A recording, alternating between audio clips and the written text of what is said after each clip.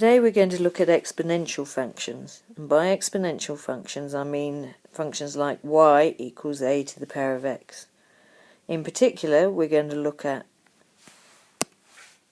y is equal to 2 to the x. Now if we filled in the table for x and y with a domain from -3 to 3,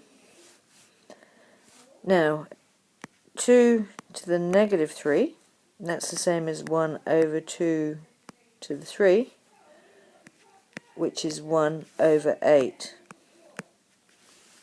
Similarly, 2 to the -2, that's the same as 1 over 2 squared, which is 1 over 4.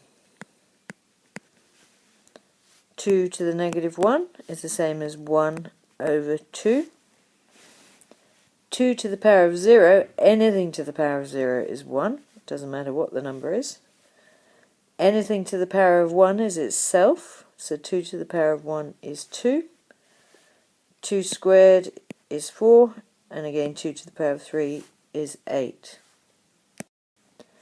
Now if we graph it, the key points we see is that as x gets larger negative numbers, the fraction is going to get, the denominator of the fraction is going to get bigger and bigger, which means y is going to tend towards 0. So this is an asymptote where the graph gets very, very close to 0 but doesn't quite get there. Other things to look at are when x is 0, remember anything to the power of 0 is 1, so it always crosses the y-axis at 1. And similarly, when x is 1, this point here is going to be whatever the base is. So in this case, this point is going to be 2, so y is 2. And if you can fit it in when x is 2, fit in the value of y equals 4, 2 squared.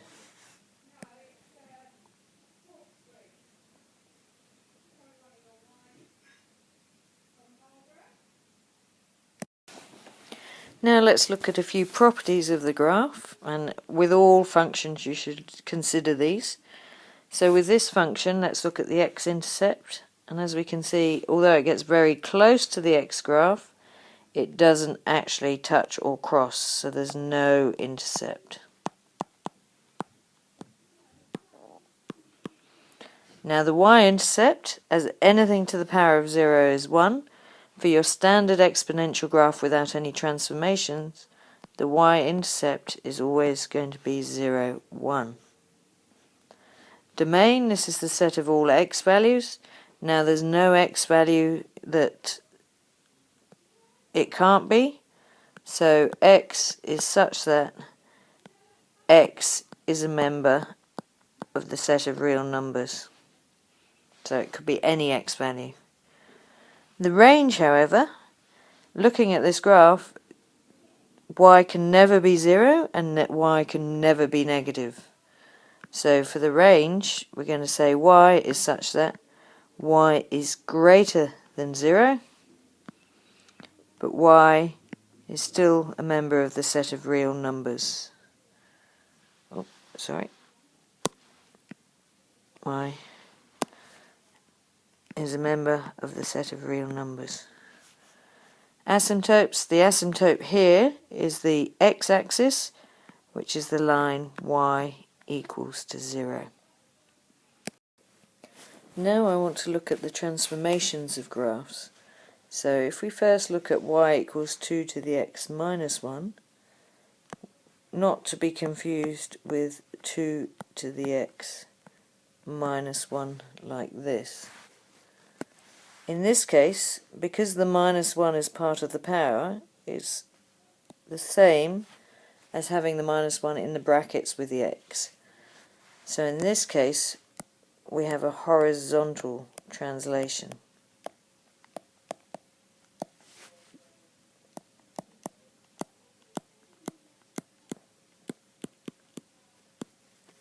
And because it's a minus 1, it goes right.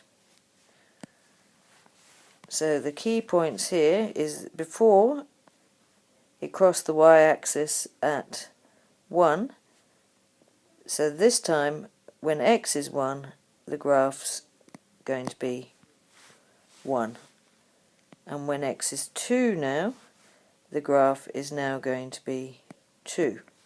So everything's been shifted right. When x is 0 it's now going to be the same as 2 to the minus 1, which is a half. So the graph looks the same.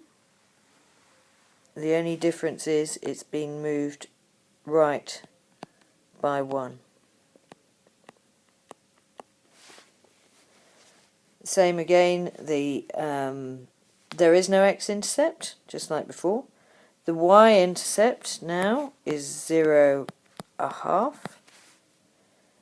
The domain is still the set of real numbers, and the range is still y is greater than 0.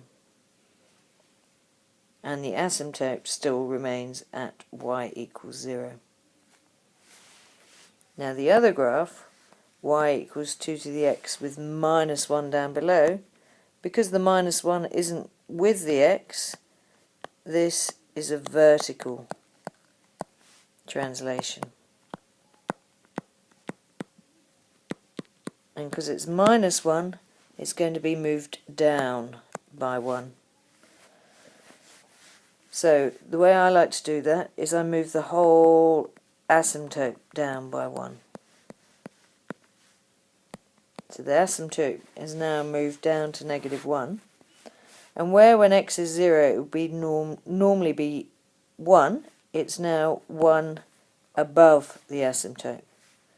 And when x equals 1 it would normally be 2, it's now 2 above the asymptote. And x equals 2 it would normally be 4, it's now 4 above the asymptote, which means it's now y equals 3. So the graph now is going to look like that. So that's 2 to the x minus 1. Now in this case the x-intercept has now changed. The x-intercept and y-intercept are now both at 0, 0. The domain, that's still x is a member of the set of real numbers. But the range has now changed to y is greater than -1, where y is a member of the set of real numbers.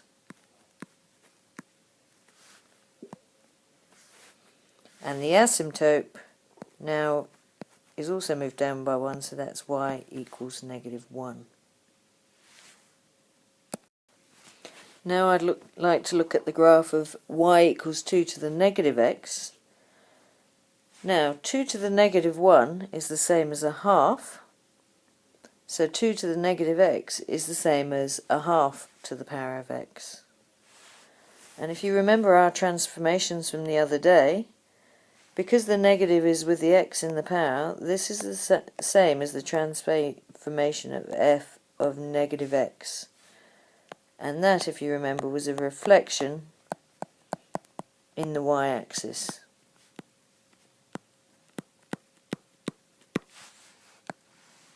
So where our normal graph would look like this, going through 1, the new graph still goes through 1, but now, instead of when x is 1, y is 2, it's when x is -1, y is 2.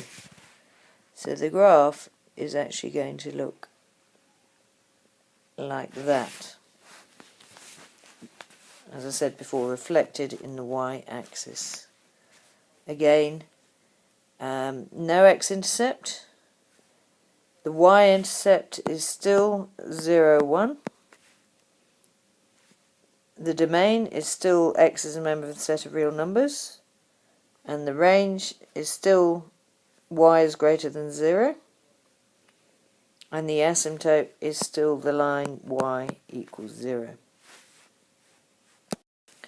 In this case, however, y equals negative 2 to the x. If you remember BEDMAS, you do the power first, so you do 2 to the x first, and then you apply the negative. So that is similar to the transformation negative f of x. And if you remember that, that was a reflection in the x-axis. So where the normal graph looks like this, going through 1, so that's y equals 2 to the x. Because it's reflected in the x-axis, it's now going to look like this, where y is 2 to the negative x. Now the things that change here, still no x-intercept, and the domain is still x is a member of the set of real numbers. However, the y-intercept is now 0, negative 1, and the range is y is less than 0, where y is a member of the set of real numbers. The asymptote still remains the same at y equals 0. The last thing I'd like to look at is functions of the form y equals 3 times 2 to the x. So that is equivalent to those transformations a times f of x. Now what you don't do is say, right, 3 times 2 is x, so this is the same as 3 times 2 is 6, so this is the same as 6 to the x. Because remember, you do the powers first. So you have to do the 2 to the x first, and then you times by 3. So if we're plotting here, normally at x equals 0, y would be 1. But this now becomes 3 times 1. So it's now going to cross at 3. Normally, when x is 1, y is 2. But now this is going to be 3 times 2. So now this is going to cross at 6. So there's your vertical stretch. It's going to be a lot steeper.